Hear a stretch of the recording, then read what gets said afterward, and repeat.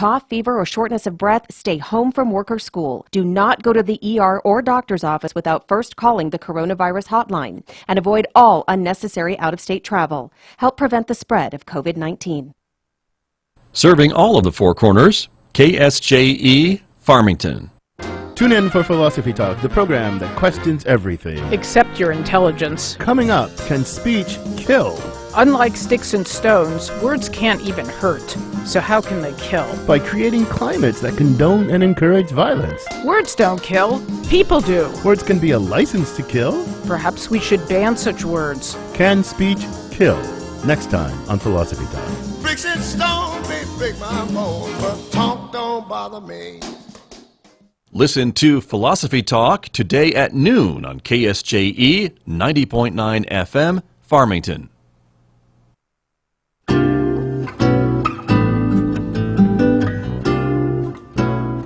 (8:55). It's Tuesday morning here at KSJE, and it's time for our Adopt a Pet Tuesday segment. That's when I get to talk with Amber Francisco from the Farmington Regional Animal Shelter and show you some of the pets available for adoption this week. Amber, good morning.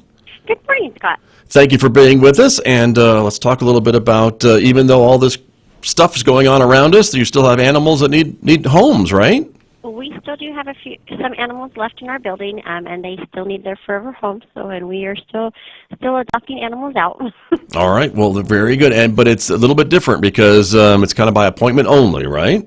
Yes, we are limiting the people who come into the shelter.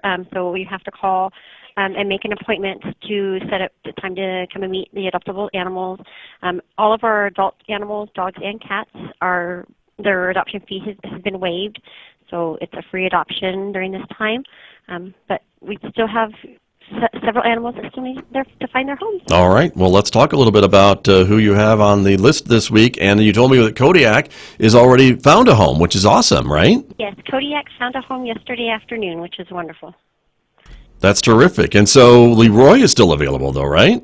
Yes, Leroy has been here, and he has been waiting since December of 2019 for his forever home.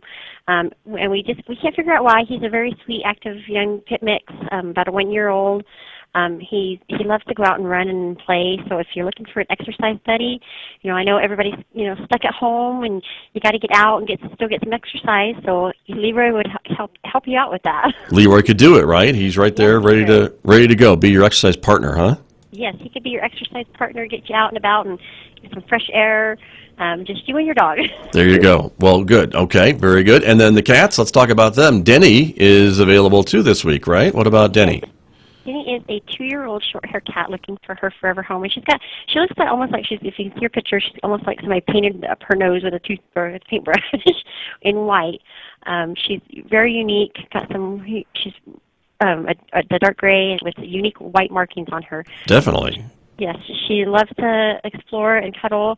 She'll curl up on your lap and purr away while you're petting her. But she's looking for her forever home today, too. All right. And those eyes, right? I mean, they look green in the picture. Is that accurate? They do. They're kind of a greenish blue. Okay. You see her in person, but yes. Striking. Very much. All right. Well, that's Denny. And then tell me a little bit about Rosie. Rosie is a 1-year-old long cat, and I didn't get a picture of her tail. She has got the fluffiest tail I've ever seen on a cat. But she just loves attention, wants to go home with somebody today. So you just got to come down, call in, make an appointment to come meet her or one of the other cats we have available. And they're all ready to go home today, so they can be in their forever home. They could all go home, right? Absolutely. Okay. And Amber, what is the number for folks to call? Because you mentioned that we have to call and make an appointment to come down and meet these animals and then maybe do the adoption, correct? Yes, it's 505-599-1098. Just call and ask. We are limiting our appointments per the governor's issue yesterday, so we can't have any more than 5 in our building. But just please call down and make an appointment, and we'll get you in to see some of the animals that we still have left. All right, very good. And I know, is dog walking still a possibility too during this time? We are currently limiting the number of dog walkers we have. So we're only allowing so many per hour. So if you come in and you're the only dog walker, then you'll still be allowed to walk. If not, then we'll have you wait and come back at a later time. Got it. We're still trying to get everybody out and about, all of our animals out, but we still want to try to keep everybody safe as well. Well, that makes a lot of sense, too, so very good. Well, Amber, I appreciate your time this week. Thank you so much, and keep working with us to find homes for these animals. Thank you so much. Thank you. All right. That's Amber Francisco from the Farmington Regional Animal Shelter, my guest here on KSJE Farmington. And before we go, just briefly, we have time to check on the weather forecast one more time for everybody. And so as we go to that, we can tell you it's going to be partly sunny skies today with a high of 58, probably mostly sunny by this afternoon. These morning clouds are going to dissipate. 58 for a high today, clear and 33 tonight, then sunny and windy tomorrow. Warmer temperatures with a high of 64 on Wednesday. Wind gusts up to 40 miles per hour, so that means spring is here in New Mexico. And windy tomorrow night with a low of 44. Chance of showers in the forecast. Scattered showers on Thursday with a chance of showers, a high 63. 33 overnight on Thursday night, and then a chance of scattered thunderstorms and colder weather on Friday with a high of 44 and an overnight low of 28 degrees. Sunshine, mostly sunny skies, 51 by Saturday, partly sunny and 60 on Sunday, partly sunny Monday with a high of 64. I'm Scott Micklin. Thanks for joining me, everyone. Have a great Tuesday. I'll be back on the radio with you tomorrow morning on KSJE. Mick Hess will take us roving with the arts after the news, and online in the next few moments we'll be starting our local information about the new coronavirus COVID-19. Lots of great local information to share with you on that program, which will start in just a few moments.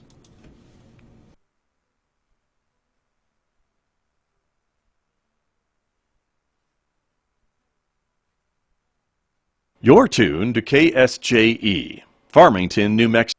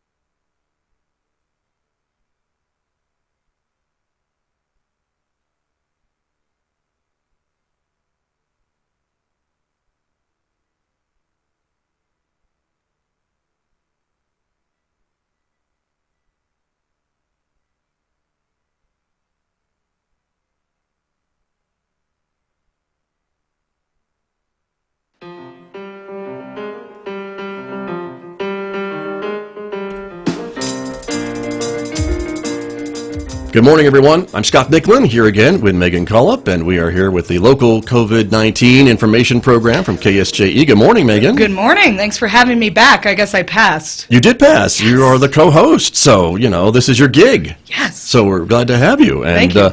We had a great show yesterday. We had lots of good local information, which is lots of local information, which is our goal to pass along, and we're back again today. We're going to be here every weekday morning, Monday through Thursday at 9 a.m. to share information with audiences about COVID-19, what's going on in the community, and things like that. We also are going to be opening up the phone lines, everybody. If you would like to call in with a question or a comment or maybe some advice of how you are dealing with everything that's going on, we want to hear from you as well. Yeah, actually, I already took some steps thanks to Devin Neely's advice. Yesterday. So I also want to recap the helpful ideas we already were given. So ways to help out your community. One was the Medical Reserve Corps, which is actually a national organization, but each state has one. And so I went ahead and went on there and signed up. And any profession, they really do. Devin had mentioned that you don't have to just be a doctor or a nurse, etc., that whatever you do, you can sign up to help out. And so I threw my name in the hat for behavioral health support. which is something I was qualified for, but if you're a clerk or a transportation employee, food services employee, really anything, they really cover the gamut, and it's super, super easy to sign up, and then it takes them 10 days to review, and you have the right to refuse deployment if they end up calling you up. So that was a great idea and a great option out there for folks that want to get very, very hands-on during this time. Also, he mentioned bloodhero.com, which was the option to donate blood, that you go on there and you make an appointment ahead of time, and then they have mobile blood giving facilities at San Juan Regional. Yeah. And we heard about the blood drive at the hospital coming up on Thursday. So that's also part of that, right? 6 a.m. to 6 p.m. That's right. So there's all of that. So good to know. And I want to remind folks about our website at ksje.com. We've been compiling local COVID-19 information. And so, again, I want to kind of show that a little bit on the screen as you go. It's on the news tab. If you look at the top of the website there, and then right that one, there's a link to the COVID-19 coronavirus information. And so we always put the very top, the number of cases in New Mexico, which is now, after the governor's announcement yesterday, is at 65. That means there are now 3 cases in San Juan County, and so that's something to keep in mind as well.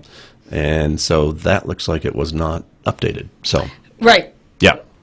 Yes. Because okay. It's a higher number. It's 80-something, I had right? heard 83. I bet. And by I had heard, I mean, yeah. 83 was what she said when I was watching yesterday. I think you're right about that. So yes. let me fix that. Yes. Okay. So while Scott fixes that, I'll highlight other important points that were mentioned in that speech. So one was that the current case number is 83, and of course they continue to test with what they can, with what comes through, and our helps to refresh the page. Now we're right. Oh, there you go. Yeah. So there we go, everybody. And our county is one of the counties that we're. And so now we have 3 in San Juan County, in addition to the female in her 70s and male in his 30s, and the original case was the male in his 50s. Mm-hmm. And so those are the 3 in San Juan County that I wanted to point out to folks. Yes, and so we have 11 counties now in New Mexico. Right. Right. And the other story, and then if you keep scrolling down, is the other story of some things that have been going on. I want to point out that La Plata County now has its first positive case. It was reported this morning that the test was made in Cortez, but the person lives in the La Plata County area. So they travel to Cortez for the test, but they actually live in La Plata County. So, and again, this shouldn't be a surprise to any of us because this thing is spreading, and that's why we're seeing some of these orders going out about not gathering in more than 5 people at a time. Right, that's a new update. Right, it used that to was be from 10, the governor. Now it's 5. Yep. Staying home, and only essential businesses are now open. That was from the governor's press conference yesterday, and so in New Mexico at least. And so again, I think a lot of other states are following suit, and the idea just to kind of help kind of keep this from spreading as quickly as it could if we didn't take these things into account. Right. Well, and we've kind of been weaned off of our normal lives, it seems, right? It started out where you could still sit inside restaurants, and then it turned into 50% of the dining, and then it turned into we're only going to do carry out, and it was 10, now it's 5. And so I think that, part of that, I'm sure, is that, of course, there's been more cases reported, and the other part of that is I wonder if they were just kind of being gentle, pushing us out of our normal routine. Well, it could be, and of course, as more testing gets done, we're going to hear about more positives probably as well. And again, the majority of people who get this recover, and it's not serious, but the issue is for those that maybe have underlying health conditions, the elderly, things like that, it could be very serious for them. And that's the whole point, is that you could take it back to someone that you care about and get them sick, and then they would have a much more difficult time than you. Well, and and as the physicians were kept sort of beating yesterday, it's a respiratory disease, and so part of the problem is there's only so much respiratory equipment to go around if you were seriously impacted, and there's plenty of stories of younger, healthier people that are impacted to that degree. And so I just think, obviously in general, the point that we're driving home is that it's a virus, and so there is no cure, and it's a newer virus to our medical professionals, and so heed caution. That's true. Right. Very true. But we are here to talk about local information, and that's kind of what we're sharing. There's a message about national counts, and we'll try to find that information for you. Thank you for the message. But again, we're talking about local information at the moment, and so that's what we're concentrating on, at least on the program today. Yes. Yes, so we have open phone lines too. We so do. You're welcome to call in, especially if you have specific ways to help the community. And as I've been saying, it's kind of, at this point, it's a little unclear because I feel like normally when we talk about helping out our community, particularly in times of crisis, normally that involves showing up in person. You know, it's a very natural thing. It's a very instinctual thing to, when sort of disaster strikes, we go in person. But fortunately, this one is different in that regard, and so... Right. I'm seeing a message, and again, this is from your watch party. You're having a watch party on Facebook. I am. I'm Look having at you. to get the popcorn out. Right. Tune in. But someone has mentioned that perhaps, and again, we haven't confirmed this, but I don't have any reason not to believe this person. She's very credible, that some of the pickup orders are not being allowed at some of the grocery stores. They've maybe stopped doing that or been overwhelmed, and so they're not able to do that anymore. That's probably And true. if you go online, you probably see that those appointments are no longer available. Right, yeah. I mean, they'll black out what appointments aren't available. Right. So. And so you may need to actually go into the store, which doesn't sound like that would be the best thing to do. So again, the idea to limit your trips to the store and stay home more often than you normally would. Right. Is the So point. I got a message that we have a caller on hold right now. Oh, look at that. Look at that. All right, there you go. Let's see who it I is. guess I should pay attention to Yeah. the phone. Yeah, enough about the store. Let's go to the phone. There you go. Hello, you're on KSJE. Hi there. Good morning. Good morning. How are you guys doing? We're doing well, thank you. Who is this? Good. So my name is Nicole Clark, and I am the Community Outreach and Events Coordinator for Basin Home Health and Hospice. Great, Nicole. Thank you for calling in. Basin has been doing great work during all this. We know that. So thank you for sharing and calling in today. Sure, you're welcome. Thank you for having me on. I appreciate it. You bet. So I had reached out to Nicole to ask if she could give us some more official pointers from a medical establishment on how people can contribute to the mask making project. We've seen that go around. And so, Nicole, you want to tell us both the need for masks and maybe the best way for people to go about doing that? Yes, absolutely. So I do have a YouTube link that I can share with you. I texted it to you, but I can also email it, and it is on our Facebook page, Basin Home Health and Hospice. Great.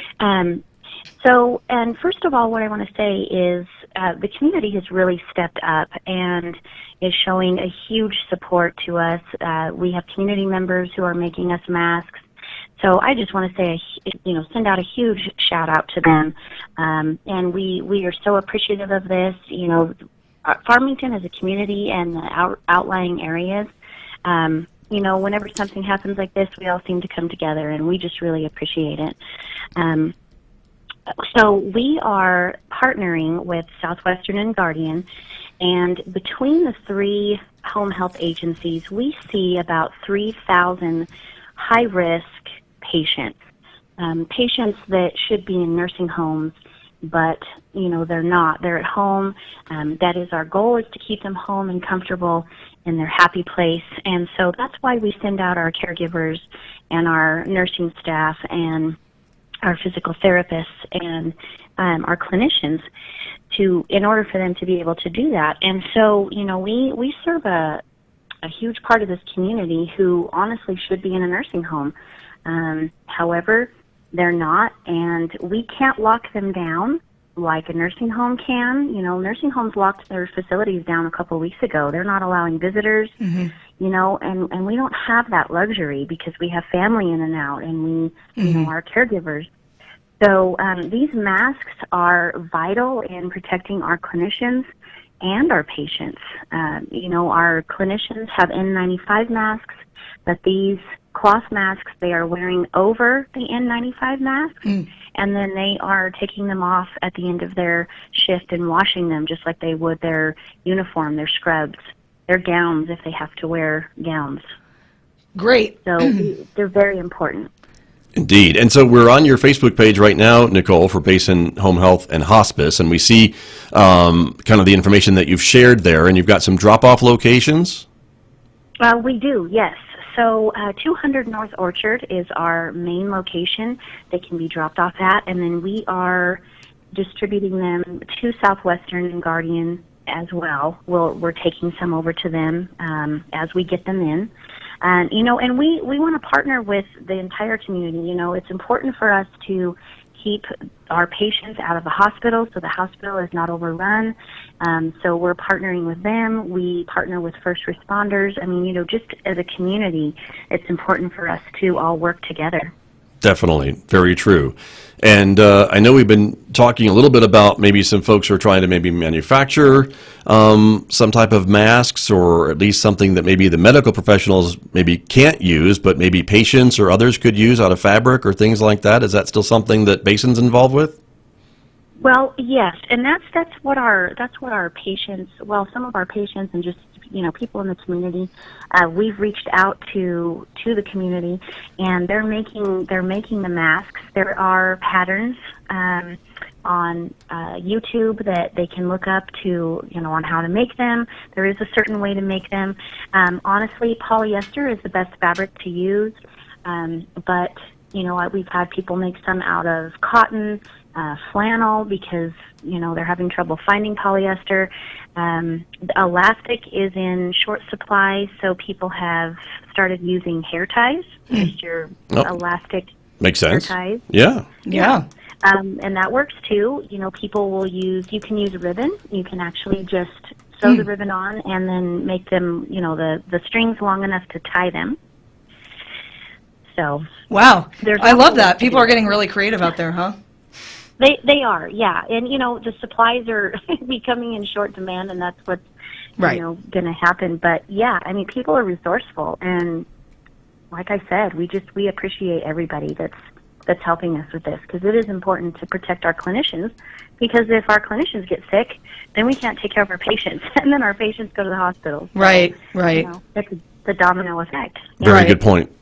Well, thanks so much, Nicole, and I definitely can personally speak to all the personnel at Basin being top-notch, high-quality individuals as well as clinicians, so we appreciate you guys. Well, thank you so much. We appreciate you. Thank you, Nicole. Thanks for calling in and sharing this important information with us and our listeners and viewers. Thanks so much. Yes, you are welcome. Thanks again for having me on. I really appreciate it. Absolutely. You are welcome. Thank you very much. From Basin Home Health and Hospice, everyone. And again, we're getting a lot of great comments on our Facebook page as well, referring folks to cdc.gov, which is the Centers for Disease Control website, which is a great resource, again, for local information and national information about what's going on with COVID-19 and for national numbers and national stuff, so that's important as well. I'm showing that right now, and there it is. CDC.gov is a great resource to have as well for national stuff, news, and information. Absolutely. They're the experts. They are. That's true. Head to them. That's true. Very good. Next. Next. We wanted to talk a little bit about semantics, didn't we? Language, we did. Oh, right? my gosh. Right? Okay, I'm going to get Megan going here. That's what I was going to say, yeah. Get ready, get a snack, get ready for this, because semantics are my favorite thing to talk about, that and philosophy. So we've been talking about social distancing, and that phrase strikes some sort of like visceral fear and almost anger in me, because, what is more important than the way that we gather with people that we love? And we are innately social creatures. We need each other. This is what nourishes us and feeds us.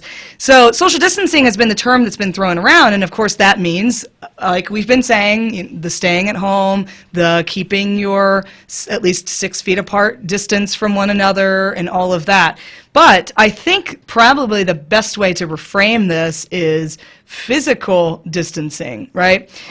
Because we've also seen an uptick in people's use of social media. We keep going back to that. This is how you get your information source, but also it's been really fun to see people get creative on social media with filming live music performances or throwing out memes. Memes are like the balm to your soul these days, or throwing out jokes, or just sending up encouraging messages on social media. And And then people are using video calls like they never have before, partially to work from home, but partially just to connect with family and friends. People are calling each other on the phone to check in. And so I think what would help, or what's been helpful to me, is to reframe the term social distancing into physical distancing, and then it feels like something that I could do for an indefinite amount of time. Still not my favorite. I would much rather be physically present with the people I care about, but it might help just for our sanity's sake to think about it that way. I think that makes a lot of sense because, again, we are not necessarily social distancing right now on this radio program because we are all essential, joining together as a community. We have dozens and dozens of folks who are joining us and watching us and being part of this community right now. And so that's kind of why we wanted to do it on video, everybody, so that we could have kind of this online community and join together. And so physical distancing, I think, makes a lot of sense. And as I said, you're at the other end of the studio, so we are physically distant, and that's because how we should be. Right, exactly, because that is the recommendation. So so that's been really helpful to me to think about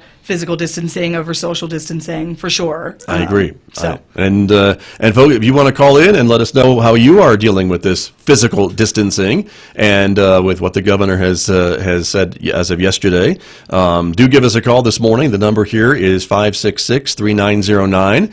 566-390.9, or again, you can make a comment on this live stream on our Facebook page, and it should pop up here in the studio, and we should be able to see it. We hope. Yeah. Yeah, well, and so I can keep just waxing poetic on semantics here all day long. What else you got? What else you have a problem with? So as long as we started it. Yeah, I told you. Get a snack, hunker down. Here she goes. So here I go. So what an interesting thing that I learned this week is that all the medievals, when they were painting their high art, they used to insert a skull somewhere in the picture, and that was a common practice. Oh, yes, I do remember you saying something about that, or posting something about that, or ranting something about that. I can't remember what it was. Usually it's all of the above. Yeah. So it's called the memento mori, which means remember death, basically. And that was a common medieval practice, and it was a way to say, amongst all this beauty in this picture, don't scoot past the fact that this is the fate that befalls us all. So I don't want to bring us down. What I want to say is that there's a way to interpret that as well as, in this moment, we are forced to think about things that maybe we usually try to push into the corner, the inner recesses, and not think about. And some of those things are, I think, what really matters in life, how to better take care of each other. And so that's also an interesting fact. That one's for free again. That's a good point. That is very interesting. And again, I'm surprised that a lot of these, the very wealthy who could afford to pay to have their portraits done would want a little skull in there. Did they? I mean, I wonder if that was a controversial thing, if they were a little annoyed that was there at the end, I don't or if know. they just, it was the cost of doing business, or I'm whatever. A little annoyed. I don't know. I will paint this picture for you, but I must put the skull in there to remind you of your mortality. Remind you of your mortality, and I love nothing more than reminding people of their mortality. Which is, I mean, that's true of me. But but yeah, I think that, especially as a nation, that everybody has struggles. We all struggle. There are struggles in every nation, but in general, we are a prosperous nation, and it's easy for us to ignore some of these problems that tend to hit everybody else in the world. And now, endemic in a pandemic is that we are not immune. That's it's very true. Us too, so. With all of our luxury and all of our wealth as a country, here we are having to isolate and physical distancing from other people and things along that line. And so it really kind of is a common denominator at the moment. That's right, yeah. So it was think on this and think hard on this, that this is a reality. So. It really is. And Americans have not been asked to do this in a very, very long time. I can't imagine. I mean, even after 9/11, we weren't asked to really sacrifice anything. Right. It was just keep shopping, keep helping the economy. Right, raise the flag. That was the message.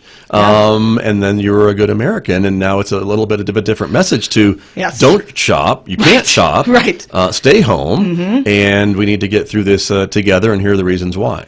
Yeah, well, and the 9/11 thing brings up this sort of the ways that we can feed generosity right? So in 9/11 was another time where blood donations were massively spiked throughout the country. But the reality is that most of those blood donations did not help the victims directly because, unfortunately, the nature of that disaster was that most victims sort of perished in the act itself, right? That's right. But that meant that the blood banks were fully stocked for a long time. And now we're asking a similar thing, I think. COVID-19, to anybody's knowledge at this point, doesn't really directly affect one's blood supply, but here's this chance for us to take a new cultural sort of attitude towards giving and being generous and using it for good.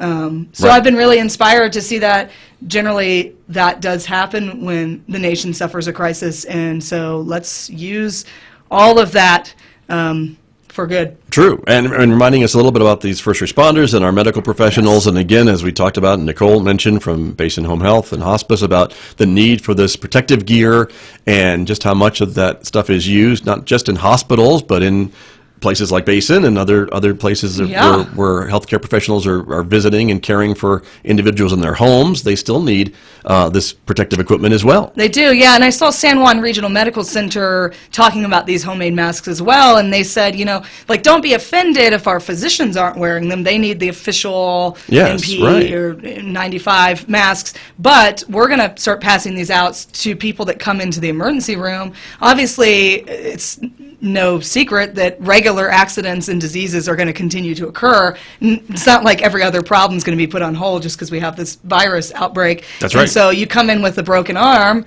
put this mask on. We don't want to expose you here. So very true. Yeah. That's a good point. Well, folks, if you want to give us a call, we're in our final minutes of the program here. It is a streaming program, and so we are going to talk for as long as we have things to talk about. But again, we don't need to stretch it out for any matter, because we'll be back tomorrow at 9 a.m. as well with some more guests talking about what's going on with local information here for our community. But what else do we need to share today? I have a fun fact. I would love to hear your fun fact. Yeah. So speaking of protective gear, right? I've been dying to share this, Scott. Okay. So I read I'm surprised you waited until Tuesday. Right. Right. It's not characteristic of me to wait. So the Rolling Stone had an interesting article, right? Generally regarded as a rock magazine. So as your Saturday morning DJ, I try to keep the other hat that you wear. Yes, right. I try to keep abreast to all of the rock show news. Prep. Yes, exactly. So I had read an article that all of these hospital shows on TV are donating their props, basically, back to hospitals because they're props that are official, right? Interesting. And so, yeah. Their props aren't props. They're actually the equipment. They're actually the real equipment. Using as props, so they're giving them back. Right. So they're giving them back. Wow. Isn't that fascinating? That's cool. It also means that some of your favorite shows might be put on hold, but true. So it goes during a pandemic, right? But so anyway, I thought that was pretty fascinating. Very interesting. Well, there's a lot of great stories, and again, we have a lot of great stories in our community about how folks are banding together to build and create some of these equipment that we've been talking about, the masks and things like that. That's right. And just coming together. I think we always want to end on a positive, and so I want to remind folks that there are local restaurants are still providing to-go food and curbside service. And if folks are still open, I think it'd behoove us to try to reach out and give them some business during this time. Totally. I mean, I'm a sucker for, stress eating. So, as are most of us, but, I've been sort of splurging a bit on fine coffee these days. Very good. Normally I'm very, very committed to only making at home to save all the cash that I can save. But in days of quarantine, I'm just drawn more to the espresso. Well, as we make you leave your safety of your home to come here to host this show, you pick up a cup of coffee. Oh, it's my favorite thing of the day. So, well, we're glad that you're here, but that's important. So, but I think again, we're all in this together. It's important to support our fellow businesses and things along that line to be able to see us through to the other side of this. That's right. That's right. So wonderful. Well, I think we're done for today. Yeah. So, don't worry. We'll be back. We'll be back tomorrow, everyone. That's true. Again, the show is on every morning, Monday through Friday, 9 a.m., sharing local information. And again, we want to hear from you as well. So do plan to call us tomorrow right here at KSJE. Megan, thanks for being here. Thanks for having me. You bet. I'm Scott Micklin, and this is KSJE. It is our COVID-19 local information program.